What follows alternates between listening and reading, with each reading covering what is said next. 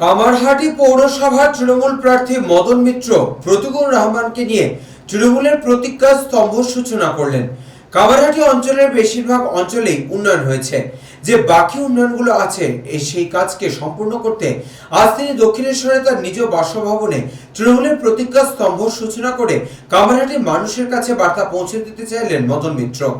অন্যদিকে প্রতিকুল রহমানকে পাশে রেখে কামারহাটি বিধানসভার বাম ভোটকে তার নিজের দিকে ফিরিয়ে আনার রণকৌশল রাখলেন। কিছুদিন আগেই এই প্রতিকুল বাম আন্দোলনের মুখ ছিলেন। তিনি অভিষেক ব্যানার্জির হাত ধরে তৃণমূলে যোগদান করেন। তার জন্য কামারহাটি বিধানসভা তৃণমূল প্রার্থী মদন মিত্র বাম ভোটকে নিজের দিকে টানতে কামারহাটিতে প্রতিকুলকে সামনে রেখে তৃণমূলের প্রতিজ্ঞা স্তম্ভ সূচনা করেছেন। তিনি মূলত স্বাস্থ্য, শিক্ষা এবং রাস্তাঘাট নিয়ে তার সূচনা করবেন। কামারহাটি সাগর দত্ত হাসপাতালের কার্ডিওলজি ডিপার্টমেন্ট ছিল না। তিনি জিতে এসে এই ডিপার্টমেন্টকে সুন্দরভাবে মানুষের কাছে তুলে ধরার চেষ্টা করবেন এবং 350 বেড নিয়ে কামারহাটি স্বাস্থ্য দপ্তর গঠিত হয়েছে তাও তিনি বললেন। এখন দেখার বিষয়, প্রতিকুল রহমানকে নিয়ে কামারহাটি বাম ভোট কতটা তৃণমূলের দিকে আসবে 4 তারিখের ফলাফলের উপরই তা বোঝা যাবে। বলরাম বসুর রিপোর্ট, চ্যানেল 24/7।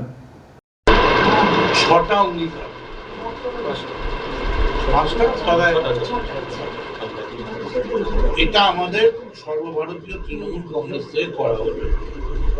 যখন অন্য পার্টি তৃণমূল কংগ্রেসকে গালাগাল দিতে ব্যস্ত, যখন বিজেপি পার্টি সারা ভারতবর্ষকে অরক্ষিত রেখে হোম মিনিস্টার থেকে শুরু করে সব রাজ্যের চিফ মিনিস্টারকে তুলে এনে বিলাসবহুল ওয়েস্টার্নে ভর্তি করাচ্ছে গরমের মধ্যে, যখন কংগ্রেসকে নিয়েছে তৃণমূলের নামে গালাগাল করে জল আরো ঘোরালো করা হচ্ছে, তখন মমতা ব্যানার্জি ভাবছেন 4 মে রেজাল্ট বেরোবার পর আমি আর কি কি কাজ করব সেগুলো আমি অ্যাডভান্স মানুষকে বলতে চাই।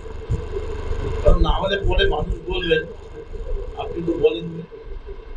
যে কাজগুলো উনি করবেন বলেছেন সে কাজগুলো প্রায় আংশিক কেন অধিকাংশ জায়গাতেই হয়ে আছে, এবার সেটা ফুল প্যাকে যাবে। এই যে খেলার মাঠের কথা বলেছেন, মমতা বন্দ্যোপাধ্যায়ের বদান্যতায় পশ্চিমবঙ্গে অন্তত 50,000 খেলার মাঠে খেলা হয়। আজকে প্রতিকুল আমাদের এখানে এসছেন, আমাদের অত্যন্ত সম্মানীয় বক্তা।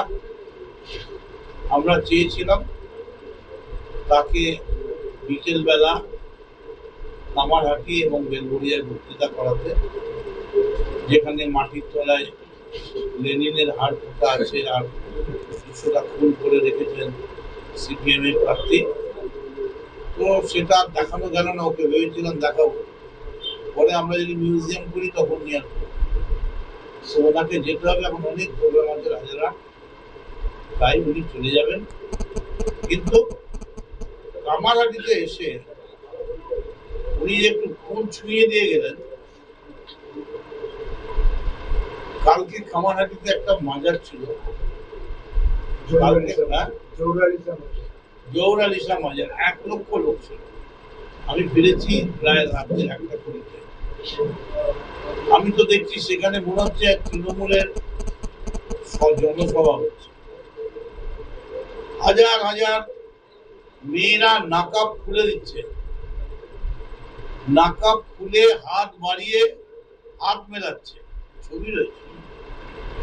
করেছে সিপিএম বললো আমি আছি, কংগ্রেস বললো আমি আছি, হুমায়ুন বললো আমি আছি, সবাই মিলে জঙ্গলে হুক্কা হুয়া করা আরম্ভ করলো। তৃণমূলকে হটাতে হবে। আমরা বলছি জঙ্গলে বাঁশবনে শিয়াল রাজা হয়, কিন্তু জঙ্গলের রাজা সিংহ হয়। আর পশ্চিমবঙ্গে মমতা ব্যানার্জি এখনো বেঁচে আছে, একাই কাফি তোমাদের শিয়ালদের মোকাবিলা করবার জন্য। হুক্কা হুয়া করে কোনো লাভ হবে না। বাংলার মানুষ দেখেছে, বাংলার মানুষ জানে এই বাংলার মাটিতে কি উন্নয়ন হয়েছে, কি কাজ হয়েছে। বাংলার মানুষ তার যোগ্য জবাবদার। কামারহাটির মানুষ তো জানে মদন না মানে বাইরের লোক নয়। আমি যখন সিপিএম করতাম তখন সিপিএম এর অন্দরে এই চর্চা ছিল। সিপিএম এর বহু নেতা, আমি নাম বলবো না, মদনদার কাছে এরকম বহু নেতার ফোন আছে, তারা বলে আমরা ফোন করি কোনো অসুবিধা হলে। আমি জানি আমার সামনে অনেক বহু বড় বড় নেতা যারা টিভির সামনে হয়তো মদনদাকে গালাগাল দেয়, আমার সামনে বহুবার ফোন করেছে, মদনদাও বলবে না ভদ্রতার খাতিরে পিজিতে একটা বেড হবে, একটা হসপিটালে পেশেন্ট বাড়াতে মদনদা একটু ব্যবস্থা করে দেবেন, এই সমস্যায় পড়েছি একটু বলে দেবেন।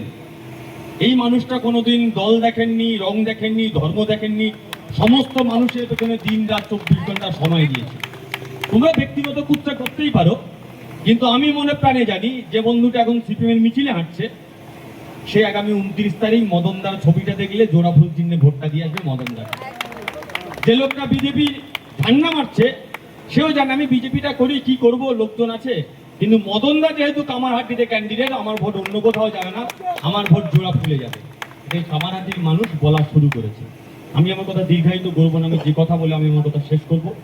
যে পশ্চিমবঙ্গে আমরা বাস করি, এই পশ্চিমবঙ্গে মদন মিত্র প্রতিকুর রহমানকে বলছে আমার ভাই, এটা সেই পশ্চিমবঙ্গ, সেই পশ্চিমবঙ্গকে যারা টুকরো টুকরো করে ভাঙতে চায় তাদের বিরুদ্ধে আমাদের লড়াই। গাছের ডালে ওই শকুনের গল্পটা আপনারা সবাই ইতিমধ্যেই শুনেছেন। শকুনের বাচ্চা বলছে মা একটু মানুষের মাংস খাবো, কোথায় পাই বলো তো? শকুনের বাবা আর মা দুজনে উড়ে চলে গেছে মানুষের মাংস আনতে, খুঁজে খুঁজে খুঁজে খুঁজে দুটুকরো মাংস নিয়ে এসছে, একটা শুকুরের মাংস আর একটা গরুর মাংস। বাচ্চাটা বলছে আমি চাইলাম তোমার কাছে মানুষের মাংস, তুমি নিয়ে এলে শুকুর আর গরুর মাংস, আমি খাবো না। বললো চিন্তা করি না, সব ব্যবস্থা হয়ে যাবে। রাত্রি যখন অন্ধকার হয়েছে, সবাই যখন ঘুমিয়ে পড়েছে, বাবা মা দুজনে গিয়ে দুটুকরো এক টুকরো মাংস নিয়ে মসজিদের সামনে, এক টুকরো মাংস নিয়ে মন্দিরের সামনে ফেলেছে। যখন পরদিন সকাল হলো, মন্দিরের সামনে গরুর মাংস, মসজিদের সামনে শুকুরের মাংস। যে ভাই ঈদের সময় লাচ্চা সিমুই খেতে আমার বাড়িতে আসতো, যে ভাইয়ের বাড়িতে আমি অষ্টমীর সময় আজকে এই পত্রিকা সম্বোধন মূলত কি কি বিষয় নিয়ে? আচ্ছা, একটাই কভারেজ হবে, ওই আলাদা করে, আবার হিন্দি আলাদা, প্রত্যেকটা আমরা আজকে 6টা অঙ্গীকার, 5টা বাধায়, এটা আমাদের সর্বভারতীয় তৃণমূল কংগ্রেস থেকে করা হলো। যখন অন্য পার্টি তৃণমূল কংগ্রেসকে গালাগাল দিতে ব্যস্ত, যখন বিজেপি পার্টি সারা ভারতবর্ষকে অরক্ষিত রেখে হোম মিনিস্টার থেকে শুরু করে সব রাজ্যের চিফ মিনিস্টারকে তুলে এনে বিলাসবহুল ওয়েস্টিনে ভর্তি করাচ্ছে গরমের মধ্যে, যখন কংগ্রেসকে নিয়েছে তৃণমূলের নামে গালাগাল করে জল আরো ঘোরালো করা হচ্ছে, তখন মমতা ব্যানার্জি ভাবছেন 4ঠা মে রেজাল্ট বেরোবার পর আমি আর কি কি কাজ করব সেগুলো আমি অ্যাডভান্স মানুষকে বলতে চাই, কারণ না হলে পরে মানুষ বলবেন আপনি তো বলেননি। যে কাজগুলো উনি করবেন বলেছেন, সে কাজগুলো প্রায় আংশিক কেন অধিকাংশ জায়গাতেই হয়ে আছে, এবার সেটা ফুল প্যাকেজ হবে।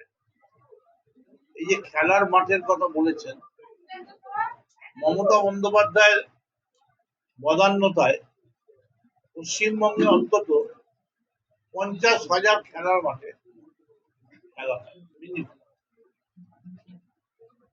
আজকে প্রতিকূল আমাদের এখানে এসছেন, আমাদের অত্যন্ত সম্মানীয় বক্তা।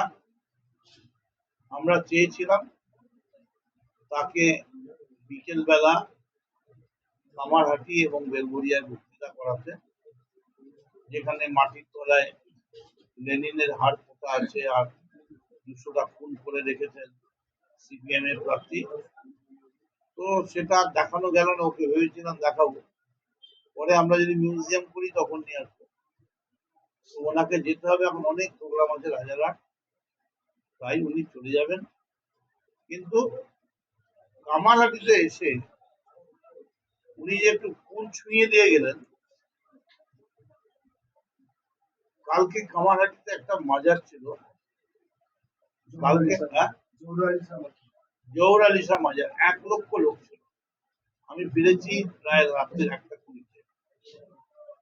আমি তো দেখছি সেখানে মনে হচ্ছে তৃণমূলের জনসভা হচ্ছে, হাজার হাজার মেয়েরা নাকাব খুলে দিচ্ছে, নাকাব খুলে হাত বাড়িয়ে হাত মেলাচ্ছে, ছবি রয়েছে।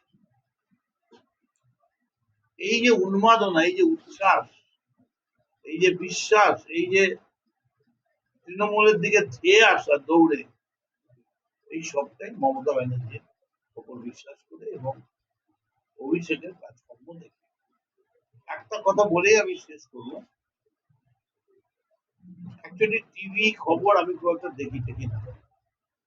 কালকে আমি যখন বেরোচ্ছিলাম আমি শুনছিলাম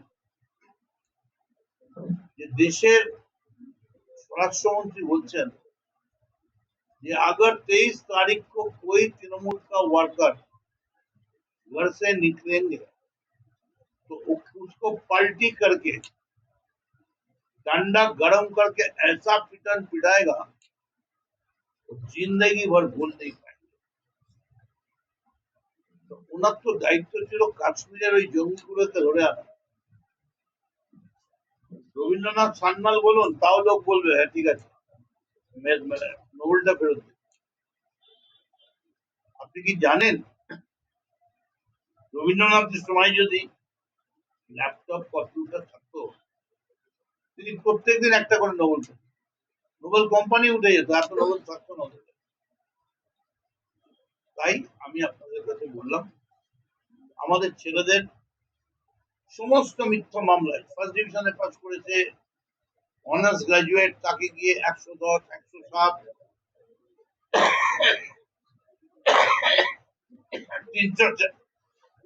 107, 307 মামলা সব দেওয়া হচ্ছে একতরফা।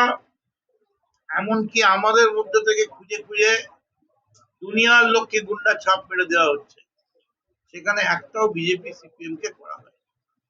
কিন্তু তারপরেও আমরা প্রস্তুত, মিলেছি আজ মায়ের ডাকে, এই মা বাংলার মা। তাই আমি আর কথা না বাড়িয়ে আমরা তৈরি। তরিখানা বাড়িতে গেলে মাঝে মাঝে তুফান মেলে, তাই বলে হাল ছেড়ে দিয়ে কান্নাকাটি করবো। 250 বেশি সিট নিয়ে মমতা চৌথাবারের জন্য ক্ষমতায় আসছেন। আর আমি মদন মিত্র, আমার 3 নম্বর বোতাম টিপে আমাকে 3 বারের জন্য হ্যাট্রিক করার সুযোগ করে আমার